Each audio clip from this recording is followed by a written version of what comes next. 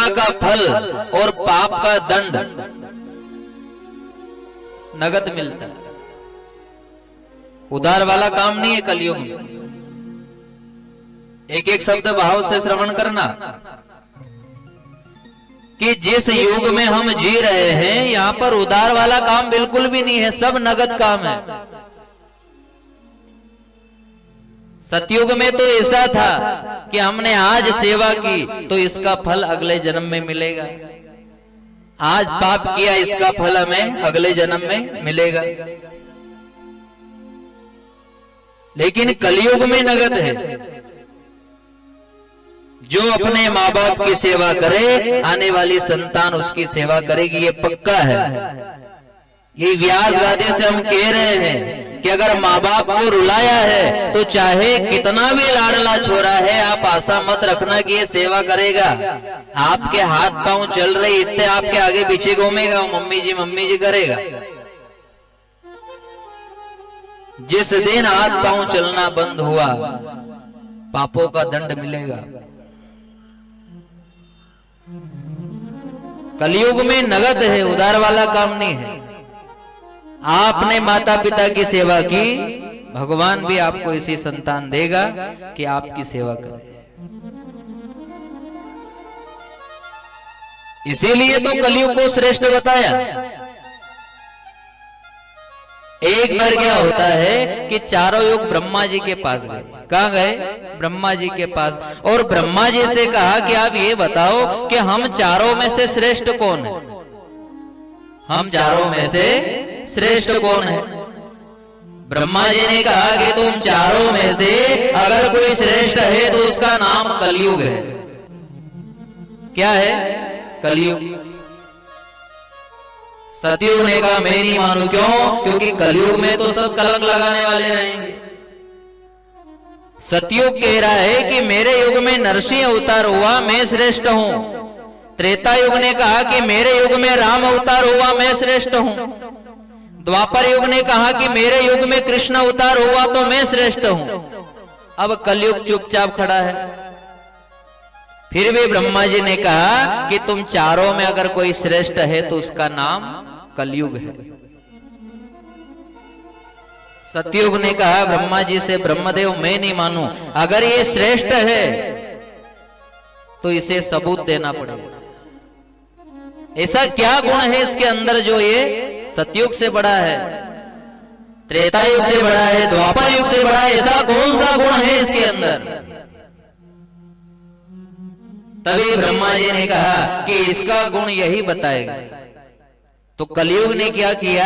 ये कलयुग जो है ये सोने का हिरण बना। काहे का हिरण? एक एक शब्द को भाव से समझना। यहां कलयुग में उधार वाला काम बिल्कुल भी नहीं है, नगद है। कि जवानी में खूब पाप करो और बुढ़ापा में खूब सड़ो। बिल्कुल नगद, उधार वाला काम नहीं। एक एक शब्द को भाव से।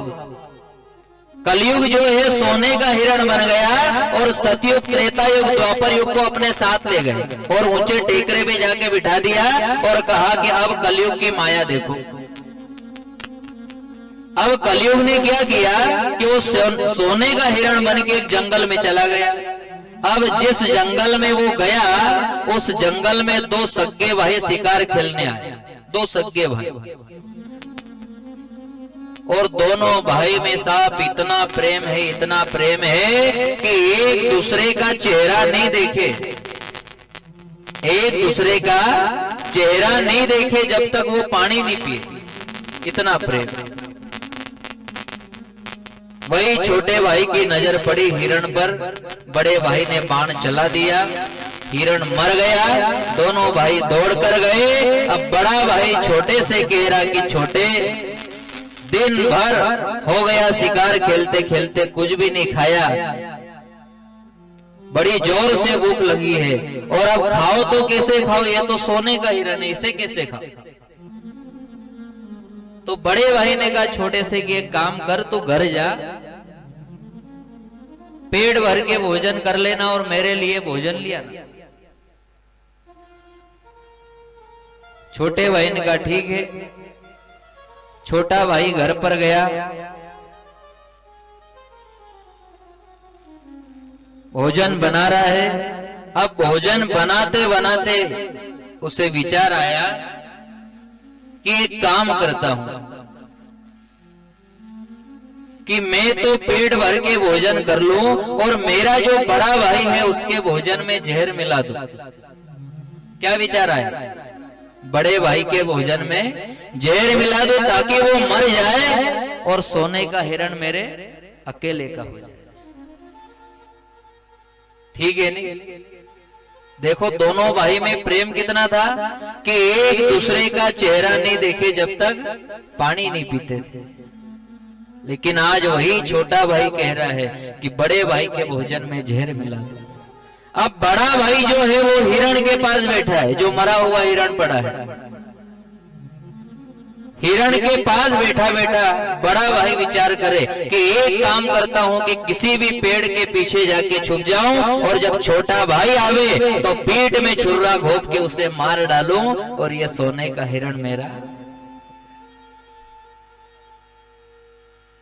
समझ रहे हो कथा को कि कलयुग में नगद है। अगर आपने किसी का बुरा चाहा कि उसका बुरा हो तो आपके संतान का पहले बुरा हो।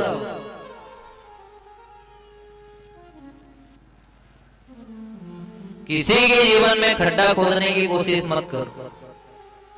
अरे लग 84 योनि से भटकते भटकते आए हैं, ये कंचन काया आखिरी बार आखिरी मौका भगवान ने दिया है कि तू मेरे भजन कर ले, सत्संग सुन ले, सेवा कर ले, माँ बाप की गौ माता की सेवा कर ले। क्यों? क्योंकि ये आखिरी मौका है, इसे गवा मत देना। तू आखिरी मौका है और सत्संग सुन के यही तो गुण लेना है कि मैं कोई ऐसा पाप तो नहीं कर रहा हूं कि खुद का खड्डा खोद रहा हूं।